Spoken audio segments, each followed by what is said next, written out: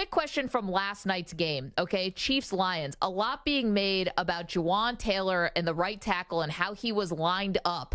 Now, this was so big that Terry McAulay had to come on the broadcast and describe it to everyone. Was it egregious how he was lined up, and should they have called it on that last drive? And Andrew, would you still be playing if you were allowed to line up 5 feet behind the line of scrimmage and start early every play? Let me tell you something. You can add that to the list, Andrew. I definitely would be playing if I could do that. Yeah, I thought, I think the false start thing and the moving early, I think those things can be a lot harder than people can understand for a line judge to really see, because there's so much happening with motions and everything else a lot of the time, and so many things they're watching. But when you talk about lining up deep, those were the worst part to me, is that, he was definitely not within the center's waistline. A lot of people think of it as the football, but the actual rule is that the helmet has to break the waistline of the center. And to me, he was not very close on a lot of snaps. And in my time playing, that used to be one of the most annoying things throughout a game, is you would constantly be getting yelled at by the line judge. Y'all would have conversations and debates over how, far back or how up you needed to be all throughout the game. And so it just shocked me that it went on that bad and that egregiously all game long. Andrew, if I'm a Chiefs fan, am I worried? Last night, Aiden Hutchinson caused a lot of problems, and, there's been some turnover on that line. Are they going to be okay? Here's what I would say. I think, obviously, it's different guys. That's the thing I don't think enough people really talked about going into the season. You really replaced both tackles, and there's going to be, whether they're veterans or not, this feeling out process of every quarterback so different. When I went from Carson Palmer to Andy Dalton, and we had Bruce Gradkowski in some of those years, Adrian McCarron, guys that played when they were injured, or, going to the Rams and playing with Jared Goff and Matthew Stafford. Everybody's a little different. Their style, where they go in the pocket, do they like to step up? Do they like to retreat backwards? Do they like to run out of the pocket? So I think you look at it even like a Donovan Smith. He just played with Tom Brady, who literally does nothing but stand in one spot, right? And so then you got Patrick Mahomes, who's going to move all over the place to throw the football.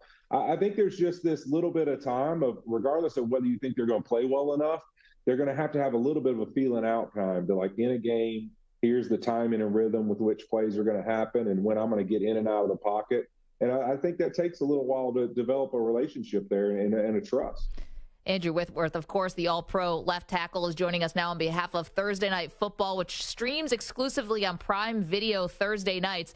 We love the setup with you guys, with Ryan Fitzpatrick and Carissa Thompson, Richard Sherman, Tony Gonzalez. You got Al and Kirk. You guys got a really good, Kaylee Hartung, you guys got a really good crew. Who's the craziest one off the set? Who's the wildest one?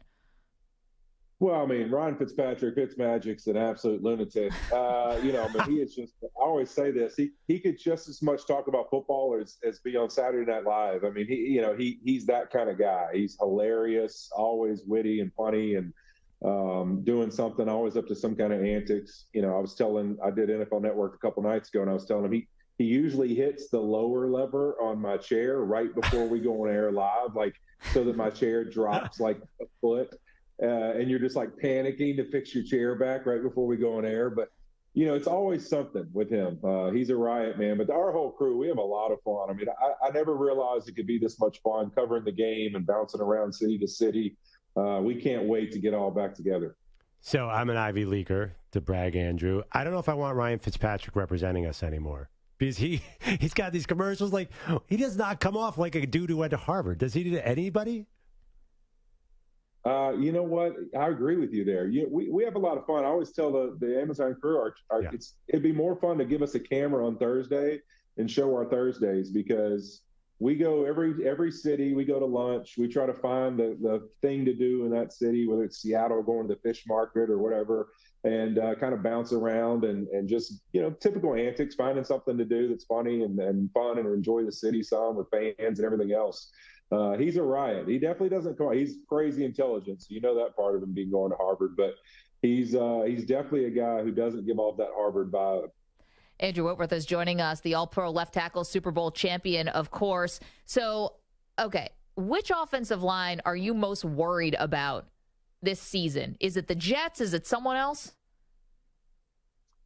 Yeah, I mean, I think there's a couple of groups that you could say that you're worried about, but I look at it more the teams that we think are going to win a Super Bowl or have a chance to be there at the end and win this thing. I think if you put all those teams in a category, I think that the Jets are probably a team you're most concerned about, mainly because, Dwayne Brown played, great last year when he was able to and played through the shoulder injury and all that. But those injuries, they matter. And over time and age and everything else, will he be able to stay healthy and stay in there and do the job that he's always done when he plays that position? And then you look on the other side, Mekhi Becton, his knee injury was a very serious one. And he is a large human being if you've ever been around him. And so knees and ankles and those kind of things on big linemen like that, they're tough to overcome. So I would say of all the teams that you're really putting in that conversation of, man, we think this team could go to the Super Bowl and be really a contender this year right off the jump, they're that team you probably have the biggest circle around because you just want to see how healthy are they. And also, again, like I said earlier, new quarterback, although it is Aaron Rodgers, the ball comes out and all those things, there's still a little bit of learning each other and where that quarterback likes to live in the pocket. I just want to point out, Andrew Whitworth is listed at 6'7", 330 was your playing weight, and you just called someone else a really big dude. I feel like that doesn't happen very often. That is very true. That's a great point because he is a big man. On the opposite end of the spectrum, your former team, the LA Rams, the way they're built right now, there's a chance they might not be very good. Sean McVay. Could somebody like Sean McVay handle being a losing team? I think you look at last year, I think that was a massive disappointment to them. Really, when you match what their expectations were compared to what their result is. And there's tons of reasons, with the injuries and everything else they had were insane. I mean, NFL history lost an offensive line room. But I think that they have a lot of young pieces this year that make it different because even if you do not win as many games as you expect, you have such a young football team that there's almost an excitement of teaching them the game and how to be good pros and how to week in and week out bring that enthusiasm and infectious energy to chase who it is they want to be better every day, which are things you hear him talk about all the time. It almost gets him to kind of live out, hey, these are the mantras and all the things I talk about, and how can we continue to apply them and teach these young guys to become great NFL pros? So I think the mindset's a lot different this year. It's about who are we come December and November, really, compared to where we start, then really, hey, are we going to go try and chase winning a Super Bowl? I think it's getting better and seeing where this thing ends up by the end of the year. Well, if that's the case, how long will Matthew Stafford stick around in LA then? Well, I think if there's anybody that's had some experience of having some rough years, I think Matthew Stafford's had them. So I don't think he's too disappointed. The only difference here in Detroit is he's got a little Super Bowl ring in his back pocket. So I think you have a little more tolerance for, raising the young guys when that shiny little diamond ring's in your back pocket and a whole lot more money.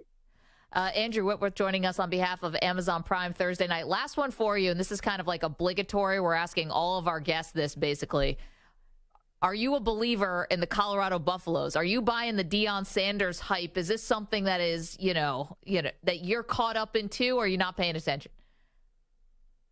I pay a lot of attention to it. I am definitely caught up in it. I had a chance to visit with their offensive line coach this offseason at one of the O-line clinics, the OL Masterminds deal, and I've kind of kept up with him. And so I've been bought in. I'm excited. I love it when I see a former accomplished NFL pro like him, who's obviously the ultimate accomplished guy, right? One of the best ever to do it, and if not the best. But to see them when they get into this level where it's like, hey, I'm going to go to college, raise up people, teach the game of football, to see them be successful, I think it's so fun. I wish more and more players would get involved in coaching and show what they know. I mean, so it's really fun. I'm all bought in. I'm all about Prime, and I can't wait to watch this season. Andrew Whitworth, last one, real quick. You mentioned Mekhi Becton, the big man. I mentioned you were listed 6'7", 330. Who else do you consider a big guy? Like you yourself calling someone else. There's a lot of big guys in the NFL. They're mostly basketball players that I usually call big guys. But Mekhi Becton's one of those few NFL linemen that he's a big man. I mean, he is big. He's really big. But, I mean, when I started in the league, you had Jonathan Ogden and Orlando Pace, and you had some of those guys that were big, huge left tackles, right tackles, you name it, across the league. And Mekhi kind of reminds me of that earlier in my career, those bigger tackles.